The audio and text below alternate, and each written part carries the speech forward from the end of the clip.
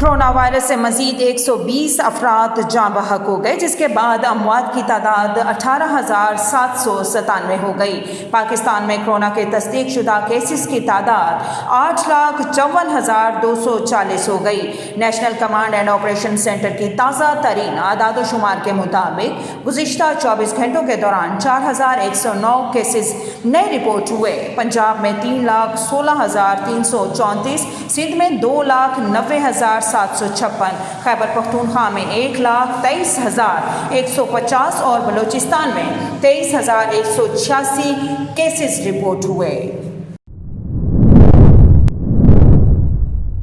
فواد چودھری نے کہا ہے کہ بلیک لسٹ میں نام ڈالنا یا نکالنا ڈائریکٹر جنرل FIA کا اختیار ہے۔ حکومت فیصلے کے خلاف عدالت سے رجوع کرے گی۔ وفاقی وزیر اطلاعات فواد چودھری نے کہا ہے کہ شہباز شریف کے وکلاء کی طرف سے عدالتی فیصلے کی بلیک لسٹ سے نام نکلوانے کی ابھی تک کوئی درخواست DG FIA کو نہیں دی گئی۔ صرف زبانی باتوں پر ریکارڈ میں تبدیلی نہیں کی جا سکتی۔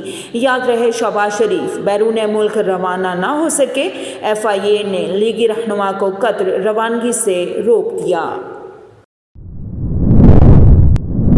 وزیر اعظم عمران خان اور سعودی ولی عہد محمد بن سلمان نے پاکستان اور سعودی عرب کے تعلقات مزید مستحکم بنانے کے عزم کا اعادہ کیا۔ دونوں رہنماؤں نے پاکستان میں توانائی، مواصلات، ٹرانسپورٹ کے شعبوں میں $50 کروڑ کی مالی اعانت کے فریم ورک کی مفاہمتی یادداشت سمیت مختلف شعبوں باہمی معاہدوں پر دستخط کیے۔ وزیر اعظم نے مسئلہ کشمیر کے پرامن حل اور افغانستان امن مفاہمتی عمل سے متعلق کوششوں سے بھی آگاہ کیا۔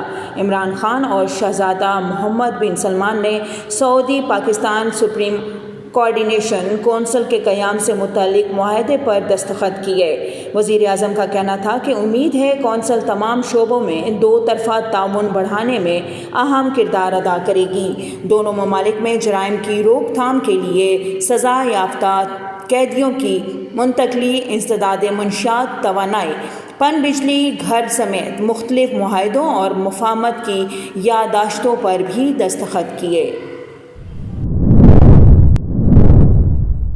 مسلم لیگ نون کے صدر شہباز شریف دوحہ کے راستے برطانیہ جانے کے لیے پرواز نہ کر سکے۔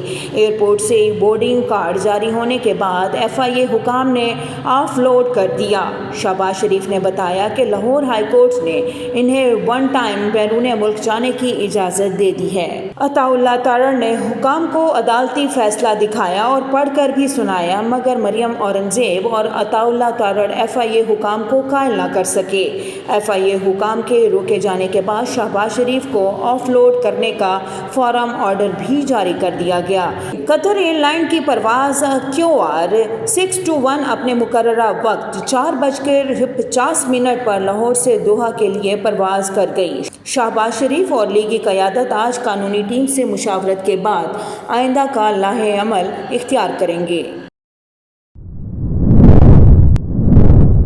مسلم لیگ نون کی نائب صدر مریم نواز کا کہنا ہے کہ شہباز شریف کو ایئرپورٹ پر روکنا ظاہر کرتا ہے کہ ان سے سلیکٹڈ کتنا خوفزدہ ہے۔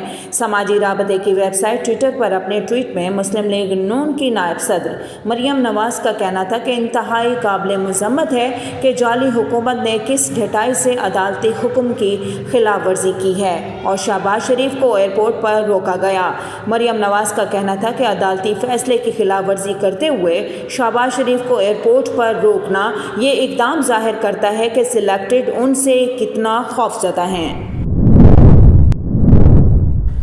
مریم اورنگزیب نے کہا ہے کہ وزیر اعظم کے حکم پر FIA توہین عدالت کر رہی ہے۔ سسٹم اپ ڈیٹ نہ ہونے کی بنیاد پر شہباز شریف کو روکے جانا بدنیتی ہے۔ ترجمان پاکستان مسلم لیگ نون مریم اورنگزیب کا کہنا تھا کہ شہباز شریف کو FIA حکام نے روکا۔ FIA عمران خان کے حکم پر توہین عدالت کر رہی ہے۔ چھوٹی حرکتوں سے شہباز شریف کو فرق نہیں پڑے گا۔ وکلاء سے مشاورت جاری ہے، عدالت جائیں گے۔ وزیر اعلیٰ عثمان بزدار نے کہا ہے کہ اپوزیشن جماعتوں کے پاس نہ کوئی ایجنڈا ہے، نہ ہی کوئی حکمت عملی۔ نااہل اپوزیشن اپنی کرپشن بچانے کے لیے ہاتھ پاؤں مار رہی ہے۔ وزیر اعلیٰ پنجاب عثمان بزدار نے اپنے بیان میں کہا کہ پی ڈی ایم کا نااہل ٹولہ ملک کی ترقی روکنے کے در پہ ہے۔ کورونا کے قومی چیلنج پر پی ڈی ایم کا منفی رویہ ایک المیہ ہے۔ افسوس کا امر ہے کہ پی ڈی ایم نے پہلے بھی عوام کی زندگیوں پر سیاست چمکائی اور اب بھی اس کا منفی رویہ قوم کے سامنے آیا ہے۔ عثمان بزدار کا کہنا تھا کہ کورونا وبا میں عوام کو تنہا چھوڑنے والے یہ عناصر خود مارے پھر رہے ہیں۔ ان لوگوں نے اپنی منفی سیاست کی خاطر عوام کی زندگیوں کی پرواہ نہیں کی۔